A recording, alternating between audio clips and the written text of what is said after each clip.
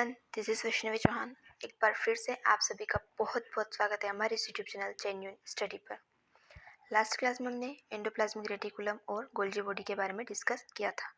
Endoplasmic reticulum और Golgi body के बारे में थोड़ा सा डिस्कस करते हैं, मतलब कि रिवीजन करते हैं, फिर हम आगे की क्लास स्टार्ट करते हैं। लास्ट क्लास में हमने एंडोप्लाज्मिक रेटिकुलम के बारे में देखा था कि इसकी खोज जो है पोर्टर नामक वैज्ञानिक ने की है। इसका कार्य जो होता है वह कोशिका के अंदर जो होती जैव रासायनिक अभिक्रियाओं को संपन्न होने के लिए स्थल प्रदान करने का होता है और यह कोशिका भित्ति के निर्माण में भी सहायक होती है। इसका एक सिरा कोशिका भित्ति और दूसरा सिरा जो होता है वह केंद्रक से जुड़ा होता है। इस प्रकार से हमने इसके बारे में देखा था और ये दो प्रकार की होती है। फर्स्ट जो होती है रफ एंडोप्लाज्मिक रेटिकुलम, सेकेंड जो होती है वह smooth endoplasmic reticulum. Rough endoplasmic reticulum पर राइबोसोम जो होते हैं वह चिपके होते हैं, वह प्रोटीन संश्लेषण का कार्य करते हैं, और जबकि स्मूथ एंडोप्लाज्मिक रेटिकुलम वहाँ पर राइबोसोम नहीं होते हैं, तो यह जो होती है फैट एंड स्टेरॉइड के निर्माण का कार्य करती है। देन हमने गोल्जी बॉडी के बारे में पढ़ा था। गोल्जी बॉडी को लाइपोकॉन्ड्रिया, डिक्टियोसोम, डाल्टन कॉम्प्लेक्स आदि नामों से भी जाना जाता है। गोल्जी बॉडी को हमारे मतलब कोशिका का यातायात प्रबंधक या ट्रैफिक पुलिस के नाम से भी जाना जाता है। इसको क्यों कहा जाता है ट्रैफिक पुलिस? क्योंकि ये जो कोशिका द्रव्य साइटोप्लाज्म होता है उसके अंदर जो प्रोटीन के अणु बिखरे होते हैं उसको उनके एक बंडल बनाने का कार्य करता है, इसलिए इसको ट्रैफिक पुलिसमैन के नाम से जानते हैं। ट्रैफिक पुलिसमैन भी रास्ता क्लियर करने का काम करता है, वैसे ही यह भी साइटोप्लाज्म के अंदर रास्ता क्लियर करने का कार्य करता है। फिर हमने इसके बारे में पढ़ा था कि यह ब्रायोफाइटा और टेरिडोफाइटा के मेल गैमेट्स नर युग्मक में एब्सेंट होता है। हमारे अंदर स्पर्म और आरबीसी में भी एब्सेंट होता है, और ये जो होता है चालनीय नलिकाओं में भी नहीं पाया जाता है। यहाँ तक हमने सारे पॉइंट डिस्कस कर लिए थे। अब आगे की क्लास स्टार्ट करते हैं, लेकिन अगर आपने हमारे इस चैनल को सब्सक्राइब नहीं किया है तो प्लीज़ इस चैनल को सब्सक्राइब, लाइक एंड अपने फ्रेंड्स के साथ शेयर ज़रूर करिएगा। जो बेल आइकन है उसको प्रेस करना नहीं भूलिएगा, ताकि जो अपकमिंग वीडियोज़ है उसकी नोटिफिकेशन टाइम टू टाइम आप तक पहुँच सके। तो चलिए आगे की क्लास स्टार्ट करते हैं। सेल बायोलॉजी या कोशिका विज्ञान। इसके अंदर अगर हम नेक्स्ट सेल ऑर्गेनेली की बात करें, नेक्स्ट कोशिकांग जो आता है वह लाइसोसोम। सबसे पहले हम इनके खोजकर्ता के बारे में देखते हैं। तो लाइसोसोम की खोज जिन वैज्ञानिक के द्वारा की गई है उनका नाम है क्रिश्चियन डी डुवे। क्रिश्चियन डी डुवे द्वारा लाइसोसोम की खोज की गई है। अब अगर हम इनके लाइसोसोम को लाइसोसोम नाम देने वाले वैज्ञानिक का क्या नाम है, मतलब कि नामकरण। लाइसोसोम का नामकरण किसने किया, मतलब कि लाइसोसोम को लाइसोसोम नाम किसने दिया है? तो उन वैज्ञानिक का नाम है नोविकोव।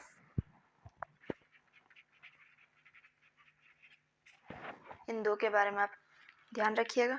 खोजकर्ता और नामकरण इन दोनों के बारे में पूछ लिया जाता है एग्जाम में कि खोजकर्ता कौन है और लाइसोसोम को लाइसोसोम नाम किन के द्वारा दिया गया। अब ये लाइसोसोम भी यूकैरियोटिक सेल्स में प्रेजेंट होता है। यह केवल यूकैरियोटिक सेल्स में प्रेजेंट होता है और यह बहुरूपी होता है। नेक्स्ट पॉइंट की अगर हम बात करें तो लाइसोसोम को कोशिका का सुसाइटल बैग या फिर आत्मघाती थैली कहा गया। जैसे एंडोप्लाज्मिक रेटिकुलम को कंकाल तंत्र, गोल्जी बॉडी को यातायात प्रबंधक या ट्रैफिक पुलिस के नाम से पुकारा गया है, वैसे ही लाइसोसोम को कोशिका के सुसाइटल बैग या आत्मघाती थैली कहा गया। इसको आत्मघाती थैली या सुसाइटल बैग क्यों कहा गया है? क्योंकि यह कोशिका में जितने भी मृत या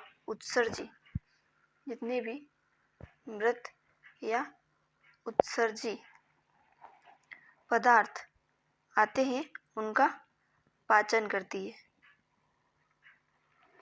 और कोशिका का जीवन काल अगर पूरा, कोशिका का जो लाइफ साइकिल होता है, जो कोशिका का जीवन काल पूरा हो जाता है और सेल डिवीजन तक प्रोसेस जाती है या कोशिका का जीवन काल पूरा हो जाता है, तो संपूर्ण कोशिका का पाचन करने हेतु ये लाइसोसोम जो होते हैं यह फट जाते हैं, जिससे पूरी कोशिका जो होती है उसका पाचन हो जाता है। इसलिए इसको कोशिका का आत्मघाती थैली या सुसाइटल बैग कहा गया है। कोशिका की आत्मघाती थैली में मृत या उत्सर्ज्य पदार्थों का पाचन करती है। सेकेंड, यह कोशिका का जब जीवन काल पूरा हो जाता है तो कोशिका का पाचन करती है। कोशिका के पाचन करने हेतु ये लाइसोसोम जो होते हैं ये फट जाते हैं, क्योंकि इनके अंदर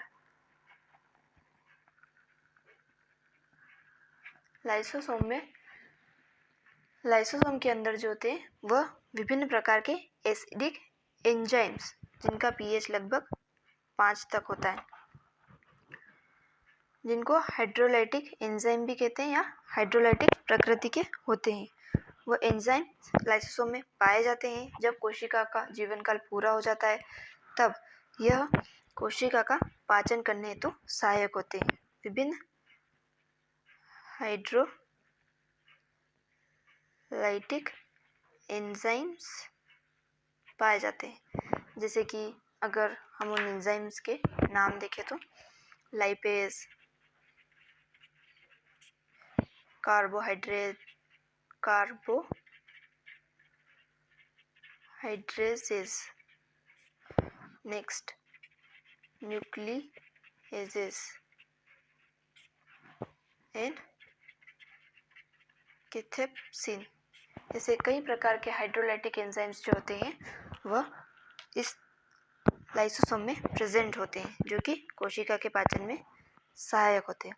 अब हमने जब प्रोकैरियोटिक और यूकैरियोटिक सेल्स के बारे में पढ़ा था तब मैंने बताया था कि ये लाइसोसोम जो होते हैं केवल और केवल यूकैरियोटिक सेल्स में प्रेजेंट होते हैं।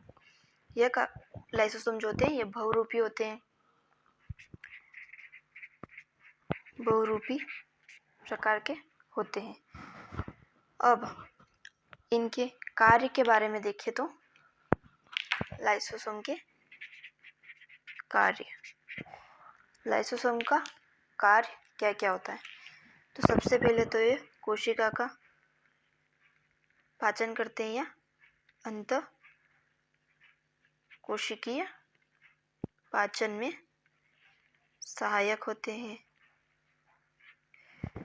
सेकेंड कार्य अगर देखें तो यह जो हानिकारक बैक्टीरिया, वायरस या अपशिष्ट पदार्थ जो कोशिका के अंदर प्रवेश कर जाते हैं उनका भक्षण करने का कार्य करते हैं।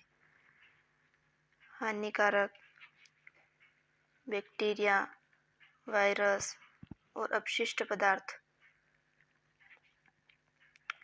पदार्थों का भक्षण करते हैं। नेक्स्ट अगर हम बात करें तो ये जो हमारे अस्थि का निर्माण होता है, जो हमारी बोन बनती है, अस्थि निर्माण के समय भी बहुत सारे अपशिष्ट पदार्थ बनते हैं। अस्थि निर्माण के समय बहुत सारे अपशिष्ट पदार्थों का भी ये भक्षण करती है।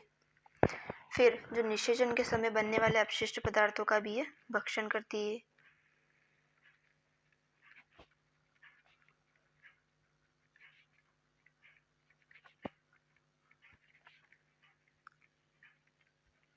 अपशिष्ट पदार्थों का भक्षण करने का कार्य करती है।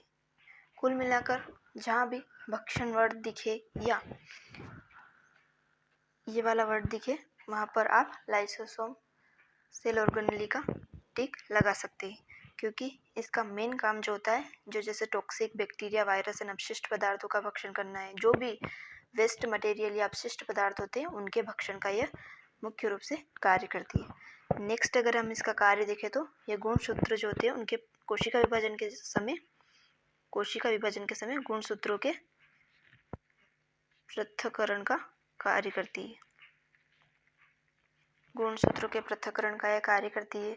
फिर यह कोशिका विभाजन में भी सहायक है, सेल डिवीजन में भी सहायक। नेक्स्ट पॉइंट जो एग्जाम में मोस्ट इम्पोर्टेंट है, इसको आप स्टार लगा ही लीजिएगा। यह जो कैथेप्सिन हाइड्रोलाइटिक एंजाइम के बारे में आपने पढ़ा, तो इसके बारे में एग्जाम में क्वेश्चन बनता है कि लाइसोसोम में कौन सा हाइड्रोलाइटिक एंजाइम ऐसा है जो मेंढक का बेबी लार्वा होता है, मतलब कि जो पानी में रहता है मेंढक का लार्वा, जिसको टेडपोल कहते हैं, उसकी पूंछ का अपघटन करने में सहायक होता है। तो ये कैथेप्सिन लार्वा जो होता है, यह मेंढक के टेडपोल लार्वा के पूंछ का अपघटन करने में सहायक होता है। मोस्ट इम्पोर्टेंट क्वेश्चन है, इसको ध्यान रखिएगा। कैथेप्सिन लार्वा जो होता है वह मेंढक की जो टेडपोल होती है उसके पूंछ के अपघटन में यह सहायक होता है। तो ये पढ़ा हमने लाइसोसोम के बारे में। सुसाइटल बेग, आत्मघाती थैली, इसके बारे में ध्यान रखिएगा। ये यहाँ से क्वेश्चन बनते हैं। एक खोजकर्ता और नामकरण, यहाँ से क्वेश्चन बनते हैं। नेक्स्ट, इसका कार्य क्या होता है, यहाँ से क्वेश्चन बनते हैं। ये कैथेप्सिन से क्वेश्चन बनेगा, इसके कार्य में से क्वेश्चन बनेंगे।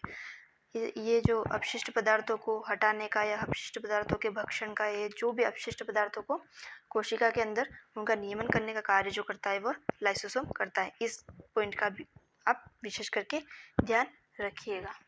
सेल बायोलॉजी टॉपिक में अगर हम अगला पॉइंट देखें तो राइबोसोम। राइबोसोम जो होता है उसको पेलाडेगन या प्रोटीन की फैक्ट्री के नाम से भी जाना जाता है। सबसे पहले हम इसके खोजकर्ता के बारे में देखते हैं। तो राइबोसोम के खोज करने वाले वैज्ञानिक का नाम है पेलाडे। इसी कारण राइबोसोम को पेलाडे कण के नाम से भी जाना जाता है। अब राइबोसोम जो होते हैं वह मैंने जब आपको कोशिका के स्ट्रक्चर में पढ़ा रही थी तब मैंने आपको बताया था कि राइबोसोम जो होता है वो कोशिका का सबसे छोटा कोशिकांग होता है, सबसे छोटा कोशिकांग होता है। अब यह एक ऐसा कोशिकांग है जो कि यूकैरियोटिक और प्रोकैरियोटिक दोनों ही कोशिका में प्रेजेंट होता है। लेकिन प्रोकैरियोटिक कोशिका में, प्रोकैरियोटिक सेल में 70 प्रकार के राइबोसोम थे और यूकैरियोटिक सेल में 80 प्रकार के राइबोसोम थे। राइबोसोम के ये दो प्रकार है, 70 और 80। लेकिन यूकैरियोटिक सेल में अपवाद जो है वह एक तो है माइटोकॉन्ड्रिया और एक है क्लोरोप्लास्ट। इन दोनों में 70 प्रकार के राइबोसोम पाए जाते हैं। इन दो पॉइंट के बारे में आप ध्यान रखिएगा कि एक तो माइटोकॉन्ड्रिया और एक क्लोरोप्लास्ट। इन दोनों में 70 प्रकार के राइबोसोम पाए जाते हैं यूकैरियोटिक सेल्स के अंदर। नेक्स्ट पॉइंट अगर हम देखें तो राइबोसोम का निर्माण कैसे होता है। तो राइबोसोम जो होते हैं वह आरएनए या आरएनए प्लस प्रोटीन से मिलकर के बने होते हैं, जिनको राइबो न्यूक्लिक प्रोटीन कहते हैं। राइबो न्यूक्लिक प्रोटीन के नाम से भी जाना जाता है। तो आरएनए मतलब कि राइबोसोम के अंदर आरएनए और प्रोटीन पाए जाते हैं जो कि राइबोसोम का निर्माण करते हैं। या राइबोसोम में मतलब कि क्वेश्चन यूँ भी बनेगा कि राइबोसोम के अंदर क्या क्या प्रेजेंट होता है, तो आरएनए और प्रोटीन प्रेजेंट होता है। और क्वेश्चन ये भी बनेगा कि राइबोसोम किससे मिलकर के बने होते हैं। तो राइबोसोम का निर्माण जो होता है वह आरएनए व प्रोटीन से मिलकर के होता है। इस पॉइंट के बारे में आप ध्यान रखिएगा। नेक्स्ट पॉइंट की अगर हम बात करें तो ये हमारे जो ब्लड सेल होती है आरबीसी, उसमें अब्सेंट होता है। रेड ब्लड सेल जो होती है आरबीसी, उसमें ये अब्सेंट होता है, आरबीसी में अनुपस्थित। नेक्स्ट पॉइंट की अगर हम बात करें तो एग्जाम में यह वर्ड पूछा जाता है, इस वर्ड के बारे में पूछा जाता है कि पॉलीराइबोसोम, पॉलीसोम या इन्फोसोम क्या होता है। तो इसके बारे में आपको ध्यान होना जरूरी कि पॉलीराइबोसोम या पॉलीसोम या इन्फोसोम किसको कहते हैं। तो जब प्रोटीन संश्लेषण होता है, प्रोटीन संश्लेषण के समय जब mRNA राइबोसोम की उप इकाई से जुड़ता है तो एक जटिल संरचना का निर्माण होता है, जिसे पॉलीराइबोसोम या पॉलीसोम या इन्फॉर्मोसोम कहते हैं। इस पॉइंट के बारे में आप विशेष ध्यान रखिएगा। प्रोटीन संश्लेषण के समय जब एमआरएनए, आरएनए के भी 3 प्रकार है, एमआरएनए, आरआरएनए और टीआरएनए, इनके बारे में भी हम डिटेल से पढ़ेंगे जब मैं आपको जेनेटिक मटेरियल या आनुवंशिक पदार्थ के बारे में, डीएनए और आरएनए के बारे में बताऊंगी। एमआरएनए जब राइबोसोम की उप इकाइयों से जुड़ता चला जाता है तब एक जटिल संरचना का निर्माण होता है, जिसे पॉलीराइबोसोम या पॉलीसोम या इन्फॉर्मोसोम कहते हैं। ये वर्ड देकर के एग्जाम में क्वेश्चन बनता है कि यह क्या है, तब आपको यह ध्यान रखना है। नेक्स्ट अगर हम बात करें तो बैक्टीरिया में राइबोसोम का निर्माण जो होता है वह हमने देखा प्रोकैरियोटिक सेल और एक यूकैरियोटिक सेल। तो राइबोसोम जो होता है वह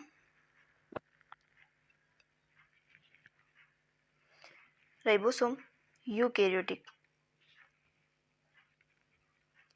यूकैरियोटिक सेल्स में जो केंद्रक के अंदर केंद्रिका प्रेजेंट होती है, यूकैरियोटिक सेल में केंद्रक के अंदर केंद्रिका प्रेजेंट होती है।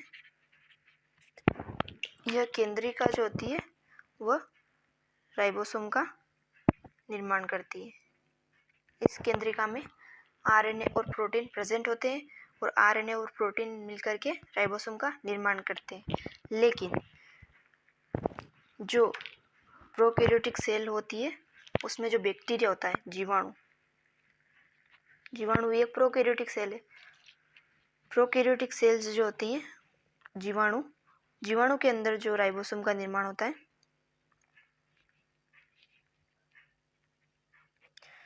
राइबोसोम का निर्माण जो होता है वह साइटोप्लाज्म में होता है, मतलब कि कोशिका द्रव्य में राइबोसोम का निर्माण होता है। इन 2 पॉइंट्स के बारे में आप ध्यान रखिएगा। यूकैरियोटिक सेल्स में जो केंद्र के अंदर केंद्रिका प्रेजेंट होती है वह राइबोसोम का निर्माण करती है, जिसमें आरएनए और प्रोटीन प्रेजेंट होता है। जबकि जीवाणु के अंदर जो साइटोप्लाज्म होता है, जिसको कोशिका द्रव कहते हैं, उसमें राइबोसोम का निर्माण होता है। अब एग्जाम में 2 एंटीबायोटिक के नाम आते हैं और पूछा जाता है कि यह एंटीबायोटिक्स किस टाइप के राइबोसोम को ब्लॉक करती है। फर्स्ट एंटीबायोटिक आती है क्लोरोमाइसिटिन और सेकेंड एंटीबायोटिक का नाम आता है साइक्लोहेक्सामाइड। इन 2 एंटीबायोटिक के बारे में आप विशेष करके ध्यान रखिएगा।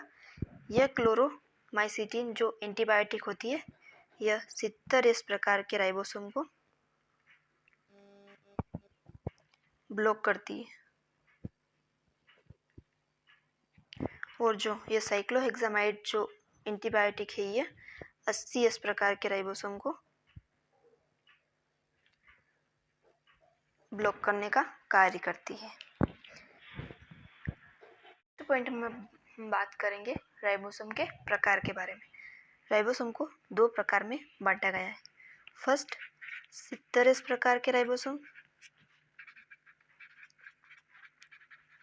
और सेकेंड है 80S प्रकार के राइबोसोम। अब ये 70S प्रकार के राइबोसोम क्या है और 80S प्रकार के राइबोसोम क्या है? तो ये 70S प्रकार के राइबोसोम में भी 2 उप इकाइयाँ हैं, या 70S प्रकार के राइबोसोम को भी 2 उप इकाइयों में बांटा गया है। एक तो है 50S और एक है 30S। इसकी संरचना कुछ इस प्रकार से बनती है।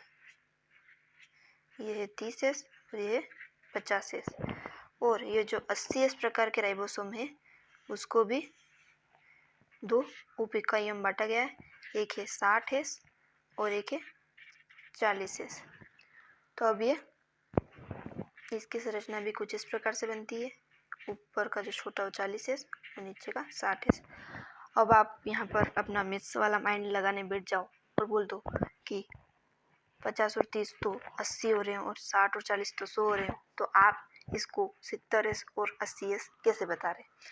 तो यहाँ पर जो है वह मैथ्स नहीं चल रही है, यहाँ पर साइंस की क्लासेस चल रही है।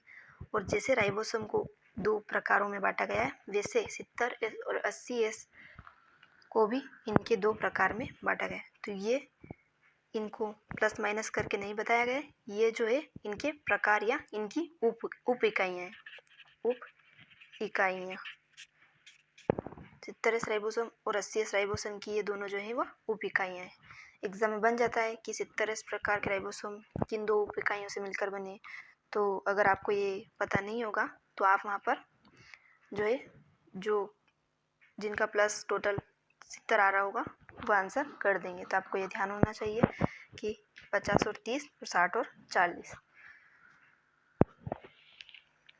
है। अब यहाँ पर ये एस का मतलब क्या है? तो एस का मतलब जो आता है वह श्वेतबर्ग यूनिट है। श्वेतबर्ग यूनिट जो है वो इस एस का पूरा नाम है। कभी कभी इसका पूरा नाम भी एग्जाम में पूछ लिया जाता है। अब बात करते हैं राइबोसोम के कार्य के बारे में। इसका जो मोस्ट इम्पोर्टेंट कार्य है उसके बारे में मैं आपको तब से बताते आ रही हूँ जब से मैंने आपको कोशिका के स्ट्रक्चर के बारे में पढ़ाया था। वहाँ पर मैंने आपको बताया था कि राइबोसोम का जो कार्य होता है वह प्रोटीन का संश्लेषण करना होता है या प्रोटीन का निर्माण। कोशिका के अंदर प्रोटीन का संश्लेषण या प्रोटीन का निर्माण जो होता है वह करने वाला जो है वह है राइबोसोम।